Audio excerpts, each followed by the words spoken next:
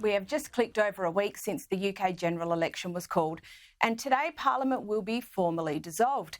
As they say, a week is a long time in politics, and it feels as though much has happened, but most of it seems like white noise. We've had the Lib Dem leader, Ed Davey, oddly fall from a paddleboard into Lake Windermere. The point of that exercise totally escapes me, but I'm sure some political nuffy thought it was a good publicity stunt. You'll recall that recently Labor whip Diane Abbott was stood down over anti-Semitism allegations and was barred from standing as a Labor candidate. And then yesterday it was reported that the bar was overturned on the outcome of the investigation and, well, we think she's allowed to run, but it's hard to get a straight answer. Even the Tories aren't quite sure about the result of the investigation and have asked questions themselves. In any event, she's still better off than Jeremy Corbyn, who's been formally binned from the Labor Party. He was banned from standing as a candidate and was then expelled after he confirmed he would run as an independent. Corbyn believes he could retain Arlington North as an independent, and one wonders whether this campaign will become a focal point or a pain point for Labor on the foreign policy front, given the conflict in the Middle East and Corbyn's cushy relationship with Hamas. All of this is going on while a veritable conga line of Tory MPs decide to put themselves out to pasture before their constituents do it for them. And if that isn't enough ruckus and dysfunction, Rishi Sunak is on the blower to Boris Johnson to discuss the risk that Keir Starmer and Labor pose to the country. It's a very interesting chit-chat, given Sunak resigned as Chancellor in July 2022, which saw the Johnson government fall within days. Oh, how short and convenient memories are in politics. And then there's Nigel Farage, who isn't standing for election for reasons which are not entirely clear. Apparently he was going to run, but it's hard to win a constituency, so he didn't. And then he's worried about the other side cheating, but he will still help Rishi Sunak salvage the Tory campaign. So instead of spending 6 weeks stuck in a constituency, he's going to travel around the country, not just supporting reform candidates, but also trying to get proper debate going. I'm not quite sure I follow that maze of reasoning, except that debate is never far from Mr. Farage, that is for sure. And ladies and gents, this is just the musical chairs. We haven't even really got stuck into the policy platforms yet. But rather than try and appeal to voters, Sunak appears to be playing to older Brits, with promises to raise the pension tax-free allowance and return to the nostalgia of national service.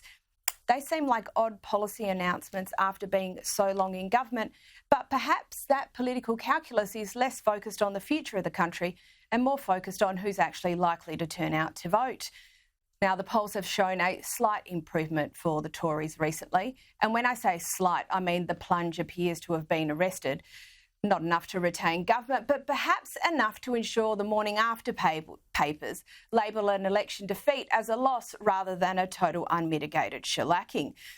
Now, it is an old, tired government, but is it worse than the alternative? And that appears to be an inevitable choice for many Brits. The Tories have been, let's be honest, roundly disappointing in recent times, but Labor is directionless and hapless. Broadcaster and commentator Esther Kraku described the choice between Sunak and Starmer as like having to choose between cholera and dysentery. A recent poll showed, amongst other things, that Sir Keir was more trusted by voters than Mr Sunak to change a tyre, assemble flat-pack furniture and offer to pay for the first round in the pub.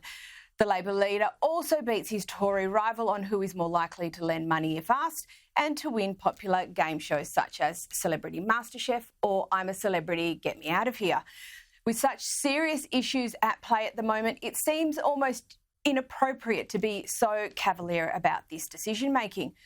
Or maybe it's just an exercise in if you don't laugh, you'll cry. The cherry on top of all of this is an article in the Australian by Troy Branston, lamenting Keir Starmer's lack of charisma. Now, when someone as blancmange as Troy Branston notices a lack of charisma, you know a party leader is peak vanilla. But then again, maybe that's all Keir Starmer needs to be. And, well, that's the first week. It's a long time until the election on July 4, and it's anyone's guess where this circus ultimately ends up. Let's bring in Menzies Research Centre Senior Fellow and columnist Nick Cater. Nick, before we dive into domestic news, what's your view on the UK general election campaign so far? I don't think I can add much to that brilliant summary you just gave, Caroline, except to say that because we're talking about all the peripheries, all the show and the circus of it, is a worry for Britain because they've got some serious policy issues to deal with, not least of which actually is energy. Yeah, electricity prices are through the roof there. But it's got all that feel, hasn't it, of a tired government coming to the end of its third term, and Labor thinking they can just waltz in and they don't have to do terribly much to get into power, which is, worrying because they are going to be, I think, by far the most left-wing government Britain's ever seen if they were to be elected. But, let's see. You've got a few weeks to play out yet.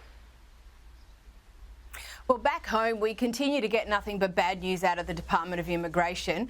The implementation of Direction 99 is at the very best misguided, Nick. And today the Prime Minister has confirmed that it will be reviewed. Can you explain to our audience what is Direction 99, what are its consequences, and what on earth was the Minister thinking?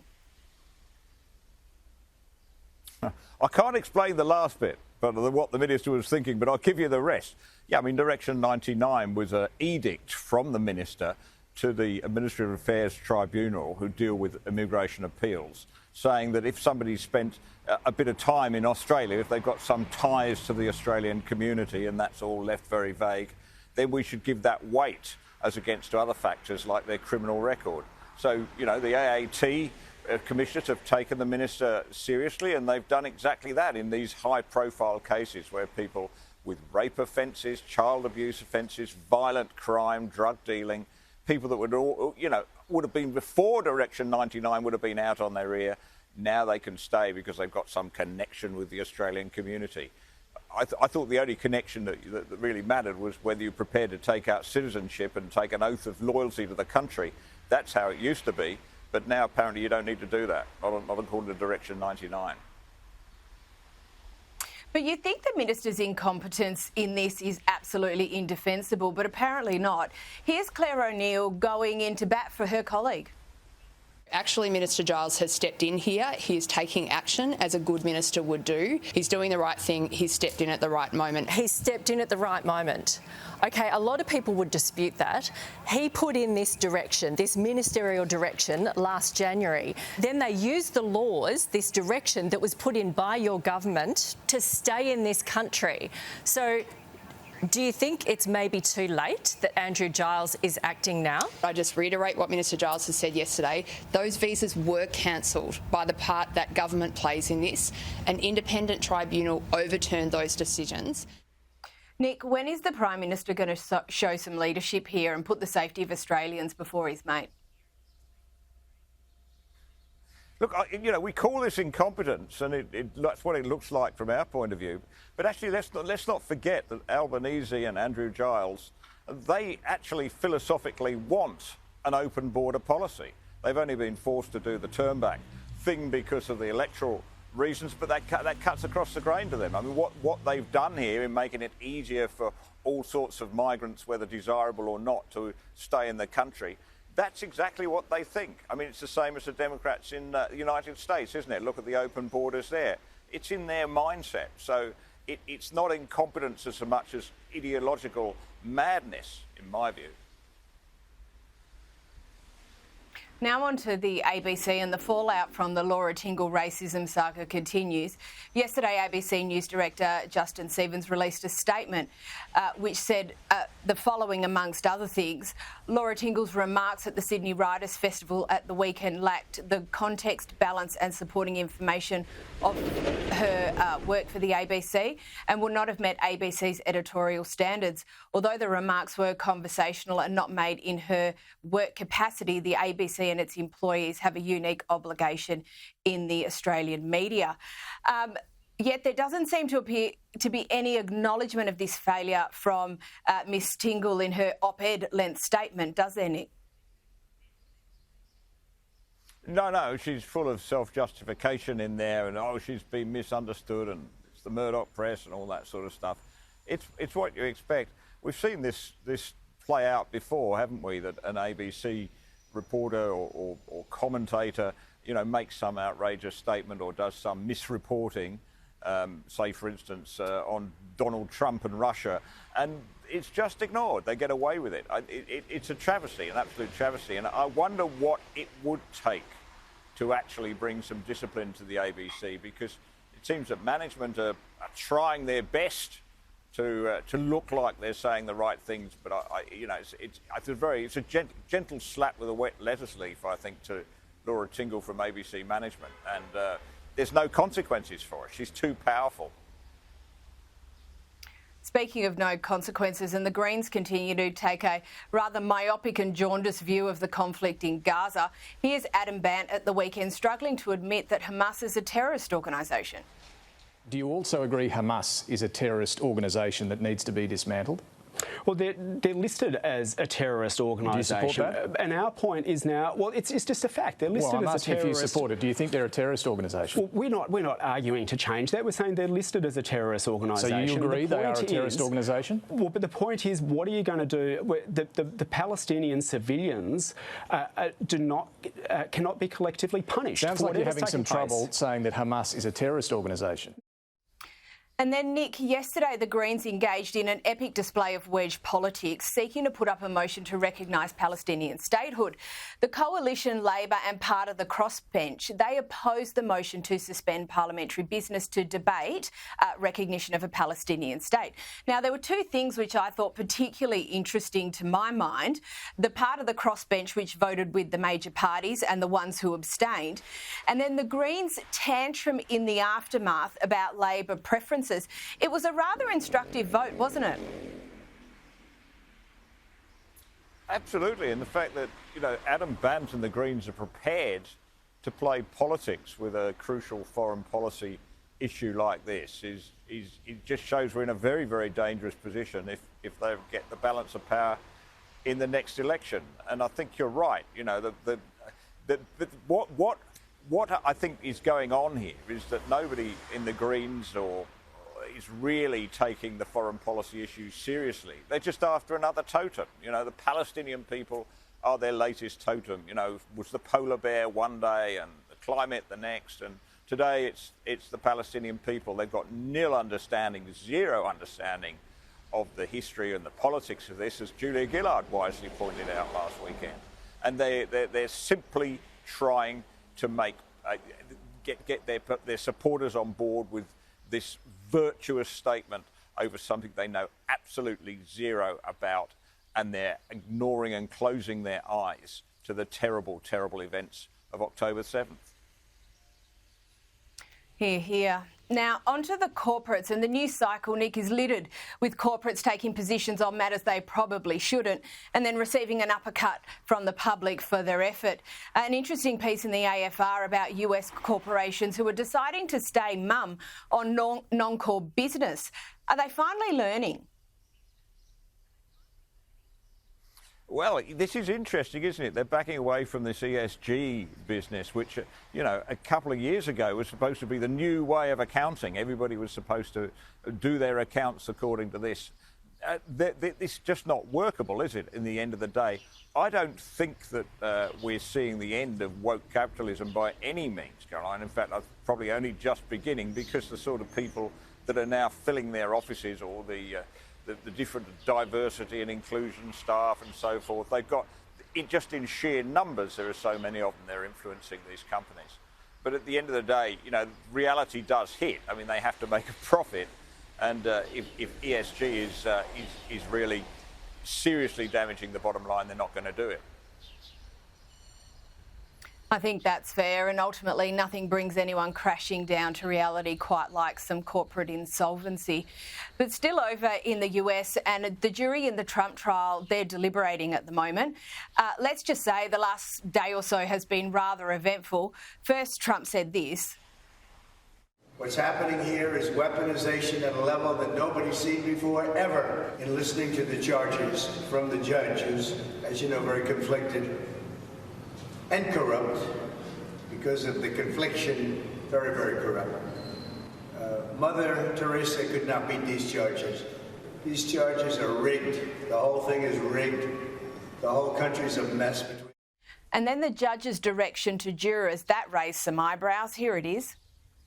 One thing in particular that this judge said that these jurors could do He just delivered what is being called really the pinnacle of all of this. He said that there is no need to agree on what has occurred.